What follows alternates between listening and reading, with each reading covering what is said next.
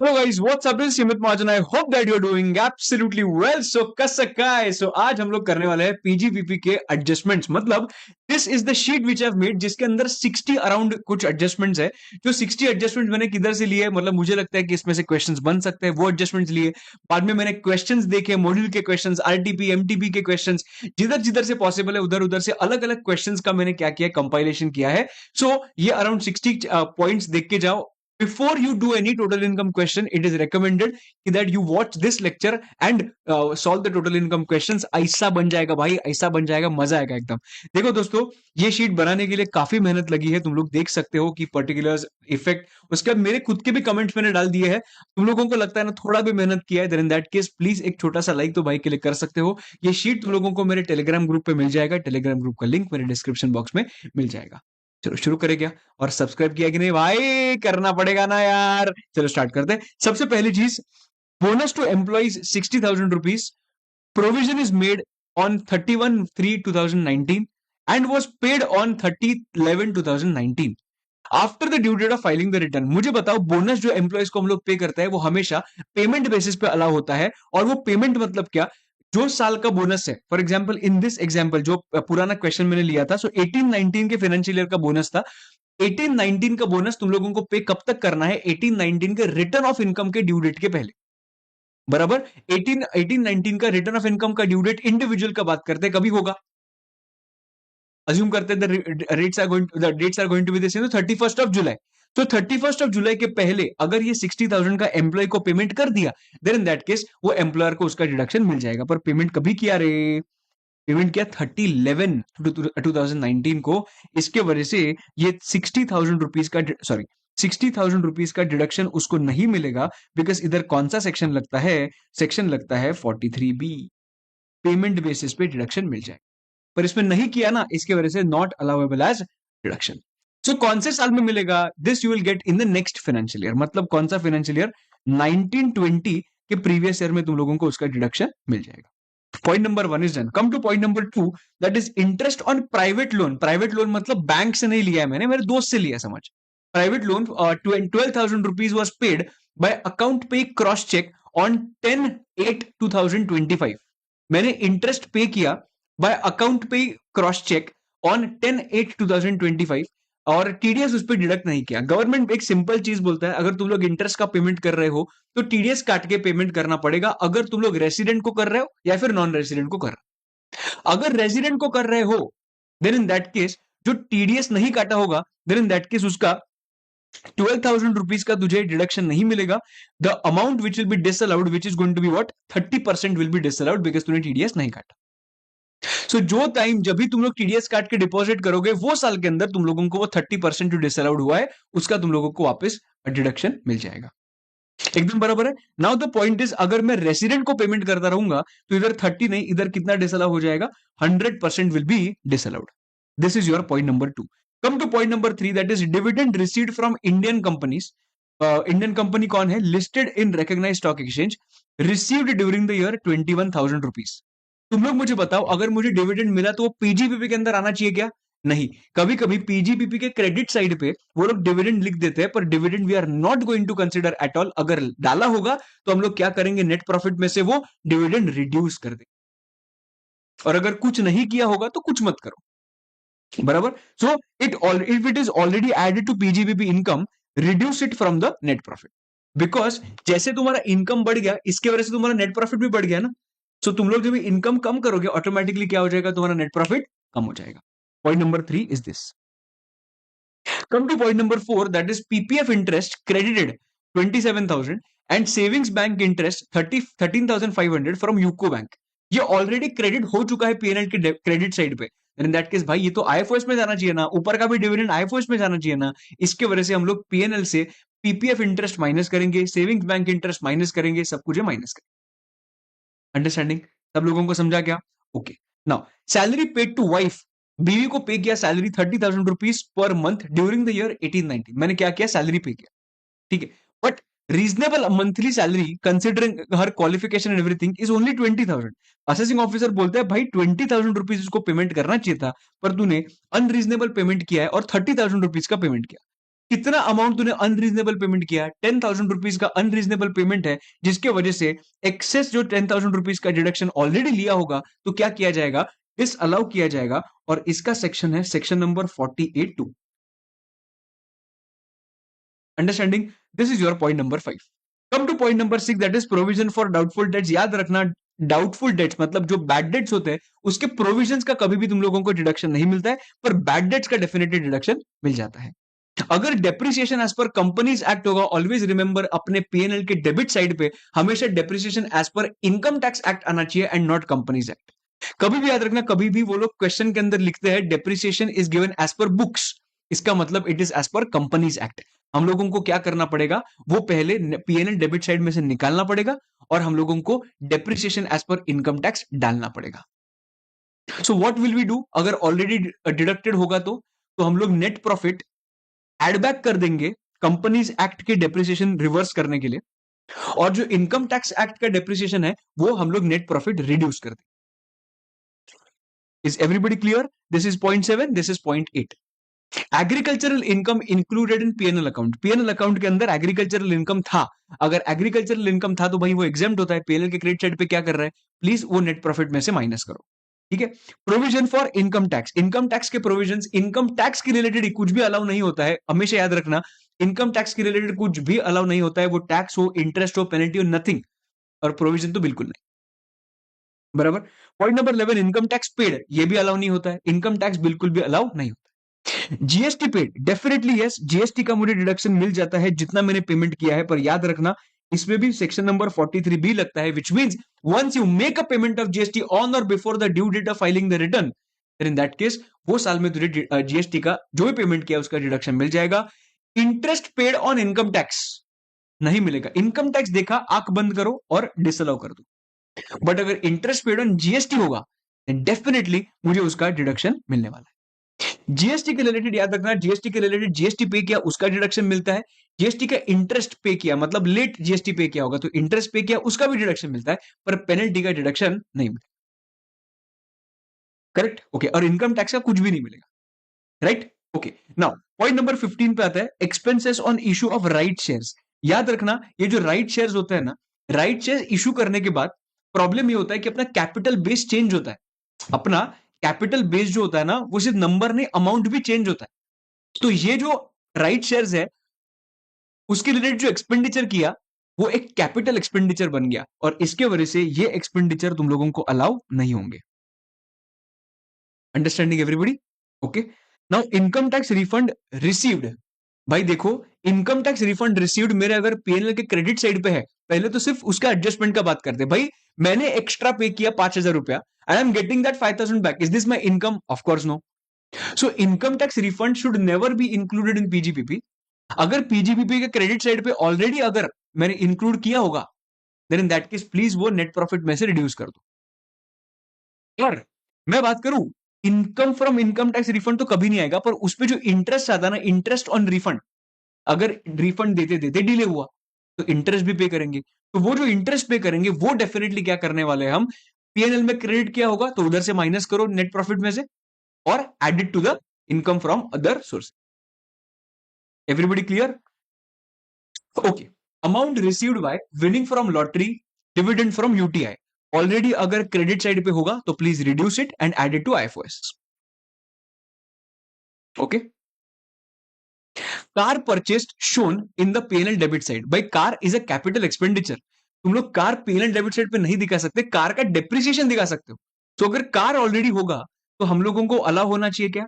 Allow नहीं होना चाहिए। Car purchase shown in the PNL debit side होगा, it is not to be allowed, it is going to be disallowed. हम लोग PNL के debit side अगर लिखा होगा तो एडबैक कर देंगे नेट प्रॉफिट में, और उसका डेप्रिसिएशन का डिडक्शन ले लेंगे। ठीक है। Point number 19, repairs maintenance of car. Definitely, if it is related to business, I am going to get a deduction for that. Value of benefits received from clients. भाई देखो, बिजनेस के related जो भी पैसा मिला, बेनिफिट मिला, it will always be added to my income as per section 28। Correct है? तो पीजीपीपी की इनकम के अंदर आ जाएगा। गिफ्ट भी मिला होगा ना मुझे क्लाइंट से, तो भी मेरा पीजीपीपी के इनकम में आ जाएगा। ये गिफ्ट कौन सा गिफ्ट है? ये गिफ्ट है मेरा एम्प्लॉयर, सॉरी एम्प्लॉयर क्या बोल रहा हूं, क्लाइंट ने दिया हुआ गिफ्ट, तो मेरा पीजीपीपी इनकम में आ जाएगा। ओ बाबा, समझा कि नहीं रे भाई? सेक्शन नहीं, next point is 21. Incentives paid to the articled assistants who cleared their C exams. वो ना क्या हुआ, मेरा कंपनी है, कंपनी में कोई आर्टिकल्स काम करते हैं और वो सी एग्जाम्स वो लोग क्लियर हो गए, उनको मैंने क्या कर दिया, अरे इंसेंटिव्स दे दिया, अरे थोड़ा सा 10,000 रुपए दिया फॉर एग्जाम्पल गिफ्ट करके, तो will I get A deduction? Yes, because वो लोग को इंसेंटिव दिया मतलब उनको मोटिवेट किया मतलब वो अच्छा काम करेंगे, वो अच्छा काम करेंगे तो बिजनेस ग्रो होगा तो अपन ग्रो होंगे, मतलब everything is related to business only. Understanding? कोई ऐसा काम नहीं करता, ऐसा कोई इंसेंटिव देता नहीं है खुद के इसके लिए, वो अपना ही सोचते हैं, समझा कि नहीं? तो डिडक्शन मिल जाएगा, ultimately it is related to business. बराबर. कभी कभी ये इंफॉर्मेशन लिखा होता है, municipal taxes paid with respect to residential flat let out, और पीएनएल के डेबिट साइड भी लिखा होता है. अगर रेजिडेंशियल फ्लैट के रिलेटेड अगर म्यूनिसिपल टैक्स होंगे तो बिजनेस के रिलेटेड अगर तुम्हें डिडक्शन मिलेगा क्या? नहीं मिलेगा. तो मुझे वो हाउस प्रॉपर्टी के अंदर लेके जाना पड़ेगा, हाउस प्रॉपर्टी के अंदर मैं म्यूनिसिपल टैक्सेस का क्या करूंगा, डिडक्शन ले लूंगा. सो मैं नेट प्रॉफिट में से एड बैक करूंगा and I will take it to house property में से रिड्यूस करूंगा. एक नंबर. अभी हम लोग opening stock and closing stock का बात करते हैं. आई डोंट नो व्हाई लोग बहुत कंफ्यूज होते हैं ओपनिंग एंड क्लोजिंग स्टॉक के अंदर. क्या बोला उन्होंने? Opening stock of 10,000 is omitted to be recorded.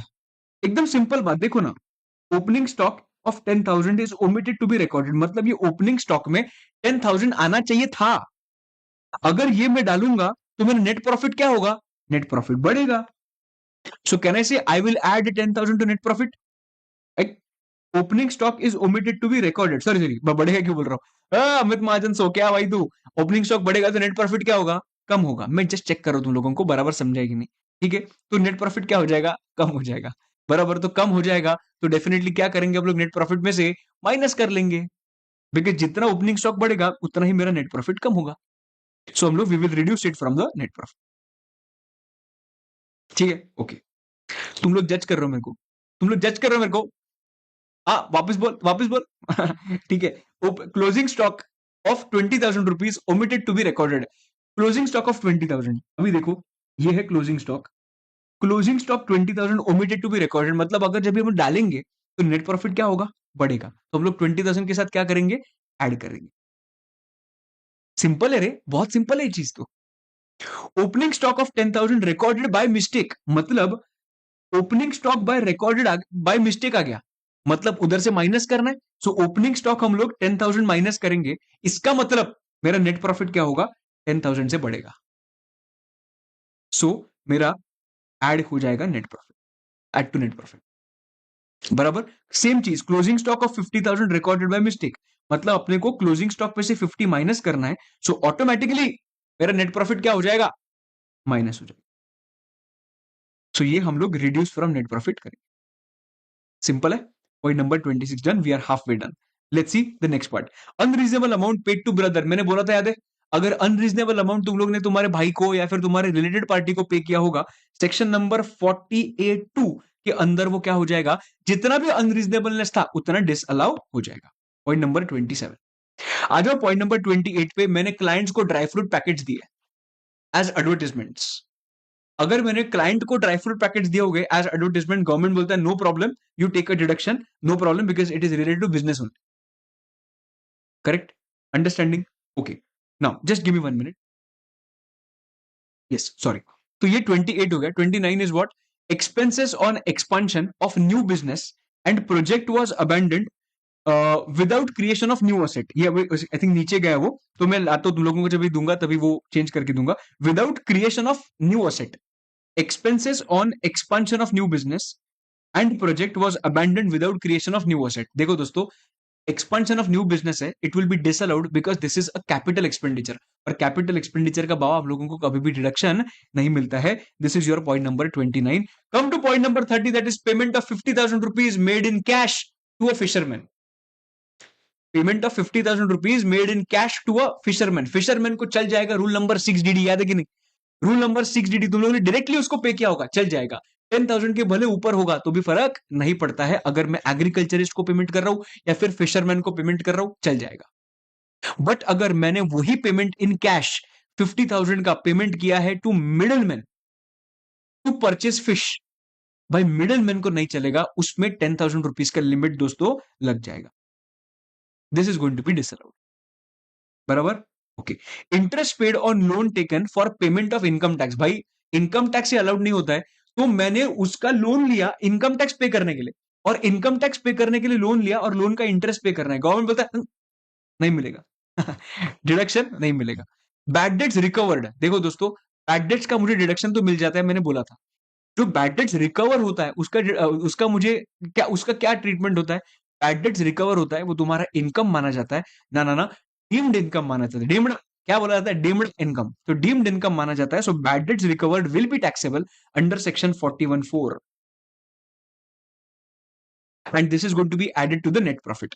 Very important point number 34. Mark my words, अगर bad debts आया इसमें से क्वेश्चन आएगा. अगर उनको बजानी होगी तुम्हारी तो इसमें से क्वेश्चन आ सकता है. थोड़ा सा अलग पॉइंट है, ध्यान देना.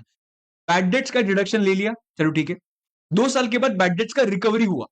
अगर 2 साल के बाद अगर बैड डेट्स का रिकवरी हो रहा है, then in that case 4 lakh रुपए का रिकवरी हो तो 4 लाख रुपए मेरे हाथ में टैक्स होना चाहिए, इनकम करके ऐड होना चाहिए. ठीक है. Where AO had disallowed 3 lakh earlier. मतलब मैं जब भी बैड डेट्स का डिडक्शन ले रहा था 4 लाख का, government did not allow me to take a deduction of 4 lakh. वो 4 लाख का डिडक्शन उन्होंने 3 लाख तक डिसअलाउ कर दिया. सो कहना से जो 4 लाख का मैंने डिडक्शन लेना चाहिए था, वो मैंने सिर्फ 1 लाख का डिडक्शन लिया. बराबर है. सो मैंने 3 लाख के ऊपर डिडक्शन नहीं लिया, मतलब 3 लाख के ऊपर ऑलरेडी टैक्स पे किया by not taking a deduction. Yes. अभी अगर मुझे वो बैड डेट्स का रिकवरी हो रहा है 4 लाख, मैं गवर्नमेंट को बोलूंगा भाई गवर्नमेंट 4 लाख रिकवरी हो रहा है, उसमें से मैंने ऑलरेडी 3 लाख पे तुम लोगों को टैक्स पे किया है. मैं तुम लोगों को 3 लाख पे ऑलरेडी टैक्स पे किया है. So I will pay tax only on the 1 lakh of recovery. Because जब भी मैं डिडक्शन ले रहा था तभी मुझे 4 लाख का तुम लोग ने डिडक्शन नहीं दिया था, 1 लाख का डिडक्शन दिया था, विच मीन 3 लाख का पेमेंट मैंने तब भी कर दिया था by not taking a deduction. अभी अगर मुझे 4 लाख का रिकवर हो रहा है, मैं तुम लोगों को घंटे से पैसा नहीं देने वाला हूं, ये 3 लाख पे. ठीक है. तो सिर्फ 1 लाख पे तुम लोगों को पैसा दूंगा. तो only 1 lakh will be added to your PNL account. बहुत इंपॉर्टेंट है एडजस्टमेंट, प्लीज अच्छे से ध्यान देना. Penalty paid for breach of law. Penalty paid for breach of law. Law breach किया भाई, इतना बड़ा बन गया तो लॉ ब्रीच किया, पेनल्टी पे किया. तू बोल रहा है बिजनेस के लिए किया, इसके लिए डिडक्शन चाहिए? नहीं. कभी भी याद रखना, लॉ ब्रीच करने पे जो पेनल्टी पे होता है, government will not entertain this. ठीक है. Penalty paid for breach of contract. हाँ, ये मानता हूं मैं कि तुम्हारे साथ मैंने कॉन्ट्रैक्ट किया, you are going to sell the products to me for 10 rupees. बराबर. पर मुझे बाद में कॉन्ट्रैक्ट के बाद एक पर्सन मिला, वो मुझे 7 रुपए में देने वाला है. तो मैं बोलता चल चल चल चल चल चल चल, मुझे तेरे साथ कॉन्ट्रैक्ट जो किया है वो कैंसिल करने का है. कितना कैंसिलेशन चार्जेस है? पेनल्टी कितना? 10,000. ये लो 10,000. मैंने ये पेनल्टी पे किया for breach of contract. This is okay, this is allowed, there is no problem, because this is a commercial call. ठीक है. Payment made to resident without TDS. Simple बात, 30% flat deduction. Flat deduction क्या बोल रहा हूं? 30% flat disallowance. अगर मैंने payment किया रेसिडेंट को without deducting TDS, then in that case 70% हमेशा अलाउ हो जाएगा, पर 30% डिसअलाउ. तो सिर्फ 30% कभी मिलेगा? Whenever you deduct the TDS and whenever you deposit the TDS to the government, तभी तुझे वो 30% का बाकी का डिडक्शन मिल जाएगा. This is your 37. 38 पे आता है. 38 is talking about payment made to non resident without TDS. एकदम सिंपल. अगर नॉन रेसिडेंट को पेमेंट किया विदाउट टीडीएस तो 100% will be disallowed. And sir मुझे उसका डिडक्शन मिलेगा whenever I will deduct the TDS and whenever I will deposit the TDS with the government. Payment made to residents where TDS is deducted. TDS तो deduct किया था, but pay किया after and of the financial year, but before the due date of filing return of income. चल जाता है. कभी भी याद रखो, मैंने रेजिडेंट को पेमेंट किया है तो TDS deduct during the financial year करो. पेमेंट जो है ना, वो पेमेंट बाद में कर सकते हो. बाद में मतलब फाइनेंशियल ईयर एंड होने के बाद भी कर सकते हो, but before you file the return of income. So कहने से तुम लोग ने टीडीएस तो काटा था, बट तूने पेमेंट बाद में किया, पर due date of filing return of income के पहले किया. सो तुम लोगों को पूरा का पूरा 100% अलाउ हो जाएगा. Payment made to residents where TDS is deducted after financial year ends and also paid after end of the financial year but before the due date. Now you will say sir payment तो बराबर किया ना before the due date, तो भी ये financial year में मुझे नहीं मिलेगा डिडक्शन. क्यों? बिकॉज उसका लॉ क्या है? Law says in the current year you should deduct it and payment करने के लिए बाद में कर सकते before the due date. But अगर तूने डिडक्ट ही नहीं किया है, ड्यूरिंग द फाइनेंशियल ईयर, तो तुझे ये साल के अंदर डिडक्शन नहीं मिलेगा. May be in the next year you will get it. In this case yes, in the next year you will get it, because next year तूने काटा भी है, डिपॉजिट भी कर दिया. सो काटो ये साल में, डिपॉजिट करो नेक्स्ट ईयर में, due date of financial year के पहले, due date of return of income के पहले. एक नंबर, point number 40 is done. Point number 41, that is payment of 30,000 rupees paid to a vendor in cash. भाई 10,000 के ऊपर तूने कैश में कैसे पेमेंट किया उसको? तो disallowed, entirely 30,000 will be disallowed. बाद में payment of 30,000 is paid to a transporter in cash. Transporter का लिमिट इज 35,000, तो ये अलाउ हो जाएगा पूरा का पूरा. Expenses on issue of bonus shares. Sir आपने बोला था ना वो एक्सपेंसेस वो कैपिटल बेस चेंज होता है, तो कैपिटल एक्सपेंडिचर हो गया ना? नहीं बाबा नहीं, ये नहीं होगा capital expenditure, because bonus shares में कभी भी कैपिटल बेस चेंज नहीं होता है. सर होता है ना कैपिटल बेस? नहीं भाई, वो नंबर शेयर होता है, नंबर चेंज होता है. कभी भी कैपिटल का कैपिटल के शेयर्स का नंबर चेंज होगा, वैल्यू चेंज नहीं होगा. राइट, तो ये तुम लोगों को अलाउ हो जाएगा. Okay. Loss by theft, yes related to business है, देन डेफिनेटली मुझे उसका डिडक्शन मिल जाएगा. डिविडेंड रिसीव्ड मैंने ऑलरेडी ऊपर कवर किया, पर ऑलरेडी और एक बार जस्ट बता देता हूं. डिविडेंड रिसीव्ड पहले तो अगर नेट प्रॉफिट के अंदर डाला होगा, मतलब पीएनएल क्रेडिट साइड पे डाला होगा, तो पहले नेट प्रॉफिट से रिड्यूस करो और वो आईएफओएस के अंदर ऐड बैक करो. Everybody with me? समझ रहा है कि नहीं? पक्का कि नहीं? ओके, समझ आया तो लाइक करना यार. ऐसा कैसे करता है यार, ऐसा कैसा करता रहे तुम लोग. Okay. 46, financial year 21-22 payment made without deducting TDS. 21-22 में पेमेंट किया पर उस पर टीडीएस नहीं काटे. ठीक है. 22-23 में टीडीएस डिडक्ट किया और डिपॉजिट भी कर दिया. समझो कि रेसिडेंट को पेमेंट किया था. कहने से पेमेंट किया पर टीडीएस नहीं काटा, सो मुझे डिसअलाउ होना चाहिए. कितना डिसअलाउ होना चाहिए? 30%. मतलब कहने से 21-22 में 30% विल बी डिसअलाउड. तो 30% का डिडक्शन कभी मिलेगा? जो साल में मैंने डिडक्ट करके पेमेंट कर दिया. कभी किया? 22-23 में डिडक्ट भी किया और पेमेंट भी किया. सो 30% का डिडक्शन मुझे 22-23 में मिलेगा. देखो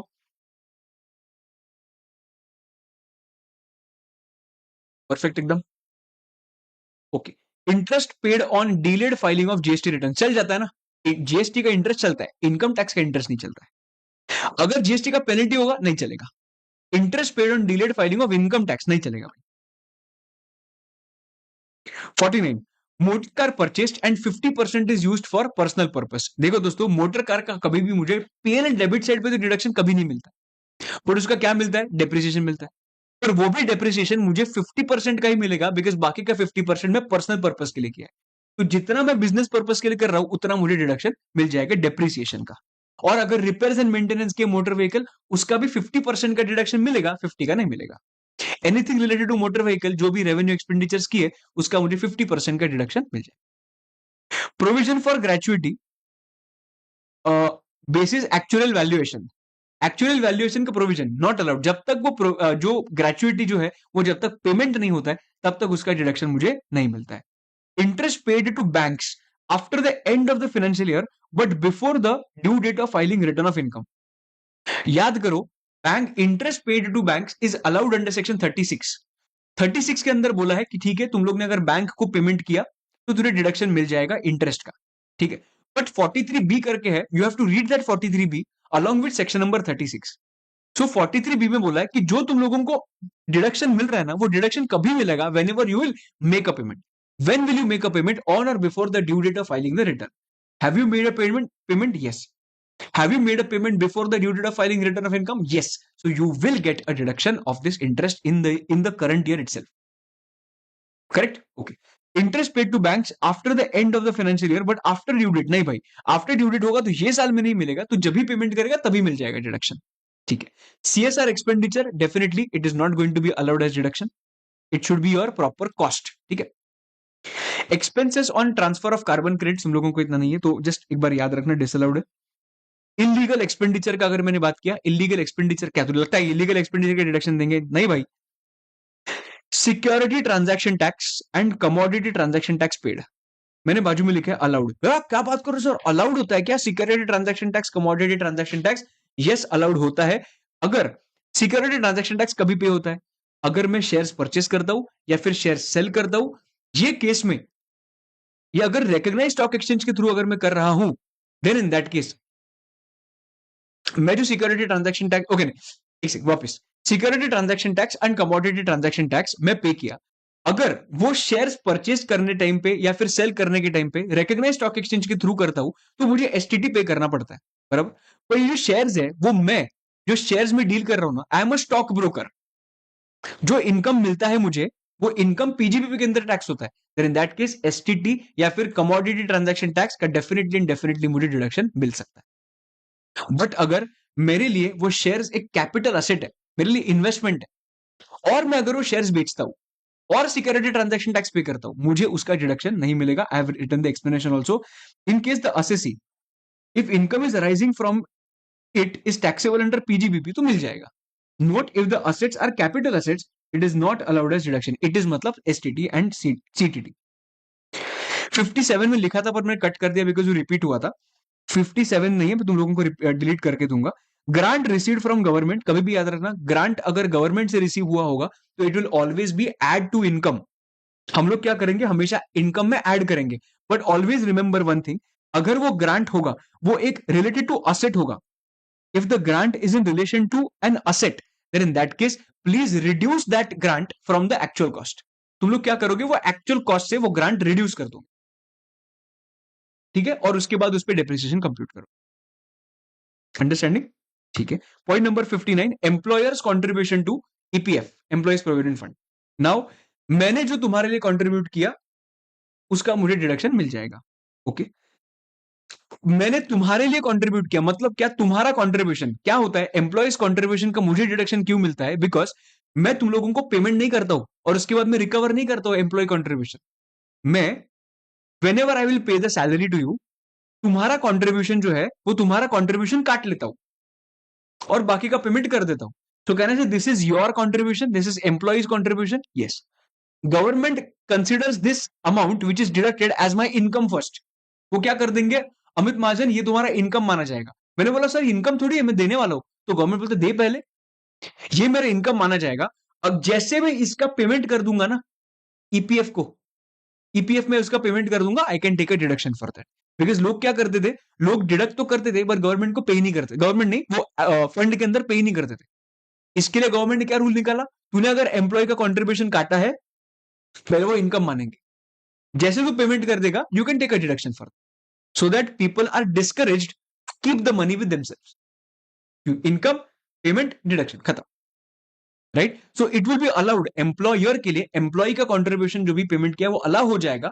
बट इसकी कंडीशन है कि भाई वो पेमेंट जो होना चाहिए वो due date of an act होना चाहिए, मतलब जो प्रोविडेंट फंड का एक्ट है उसका जो ड्यू डेट है वो ड्यू डेट के पहले वो पेमेंट होना चाहिए, तो ही मुझे उसका डिडक्शन मिल जाएगा एम्प्लॉयर को, बराबर। असेसी अभी इसमें भी जस्ट एक छोटा सा पीछे गया है पर मैं बताता हूं क्या है। पॉइंट नंबर 61 में लिखा है, assessee is engaged in specified business, just मैं अभी तुम लोगों को दिख ही नहीं रहा है बट जस्ट देखो मैं क्या बोल रहा हूं। Employee is engaged in the specified business और उन्होंने एक कैपिटल असेट परचेज किया। If capital asset is purchased prior to incorporation of business, क्या बोला मैंने, prior to incorporation of business, if the asset is acquired prior to incorporation of business, तो भी मुझे पूरा का पूरा डिडक्शन मिल जाता है, allowed in full and not 1/5। मतलब 35 एडी के केस में वो बिजनेस स्टार्ट करने के पहले भी अगर मैंने कैपिटल एक्सपेंडिचर किया होगा मुझे पूरा का पूरा डिडक्शन दोस्तों मिल जाता है। Understanding. Come to section number concept number 62, that is employer pays tax on non monetary perquisite of the employee. For example I am the employer, you are the employee. Employer ने तुम लोगों को कुछ perquisite दिया, ठीक है, perquisite दिया तो तुम्हारे लिए वो क्या होना चाहिए, टैक्स होना चाहिए। मैं क्या बोलता हूं मालूम है, उस पर जो टैक्स आता है ना वो भी मैं ही भरता हूं, तुम लोगों को वो भी मैं देता हूं। अगर तुम लोगों को 1 लाख रुपए का परक्विजिट, मतलब 1 लाख रुपए के वर्थ का परक्विजिट दिया, उस पर टैक्स आता है समझ 10,000 रुपीज। सो मैंने क्या बोला, अरे एम्प्लॉयर, अरे तू तो मेरा एम्प्लॉय है, तू तो मेरा एम्प्लॉय है, ऐसे करके एम्प्लॉयर ने क्या कर दिया, वो टैक्स का जो तुझे बर्डन आ रहा है ना वो बर्डन मैं बेयर कर रहा हूं और मैं बोल रहा हूं अरे लल्लू ये ले ले, अरे लल्लू ये ले ले, ये मैंने तुम लोगों को टैक्स का भी पेमेंट कर दिया, तो मुझे उसका डिडक्शन मिलेगा क्या। गवर्नमेंट बोलता है कि नहीं भाई, एम्प्लॉयर तू जो भी पे करेगा उसका डिडक्शन देना चालू किया तो ऐसा कैसे चलेगा। तो अगर एम्प्लॉयर ने एम्प्लॉई का जो टैक्स का अमाउंट है वो भी पे किया होगा तो उस पर डिडक्शन एम्प्लॉयर को नहीं मिलेगा। सो यस, ये अपना टोटल इनकम के जितने जितने मेरे हिसाब से इंपॉर्टेंट एडजस्टमेंट्स मुझे लगते हैं, वो मैंने तुम लोगों के लिए इधर कवर किए हैं। सो दोस्तों, आई hope that this entire video was helpful for you. और अगर तुम लोगों को कुछ लगता है और मुझे भी कुछ लगता है, I will make a second video and I will definitely try to help you with some additional adjustments. But इतना भी तुम लोग ने किया, it will be more than sufficient. सीधा जाके टोटल इनकम के क्वेश्चंस करो, तुम लोगों को बहुत मजा आएगा टोटल इनकम के क्वेश्चंस करने के लिए। ऑलरेडी अपने पास वो 8 घंटे का सेशन है, 8 घंटे का लेक्चर है। अगर तुम लोग एग्जाम्स देने वाले हो Jan 25 में, अगर तुम लोग एग्जाम देने वाले हो May 26, June 26, then in that case for you guys different total income questions will be uploaded। एकदम बराबर है। चलो, मैं थोड़ा सा क्लियर किया इसके वजह से। ठीक है, चलो दोस्तों, आज के लिए इतना ही। I hope that this was helpful. अगर अच्छा लगा होगा तुम लोगों को, मेरे एफर्ट्स थोड़े से अगर लगा होगा, भैया ने थोड़ा तो एफर्ट लिया यार, इन दैट केस प्लीज मुझे एक छोटा सा कमेंट सेक्शन में कमेंट करके बताना। It will be really very helpful और मुझे वो बहुत अच्छा लगेगा कि my efforts are getting appreciated and you are appreciating my efforts. काफी अच्छा लगता है। चलो ठीक है, thank you so much guys. I will see you in the next video then. Bye bye, see you and take care. Bye bye.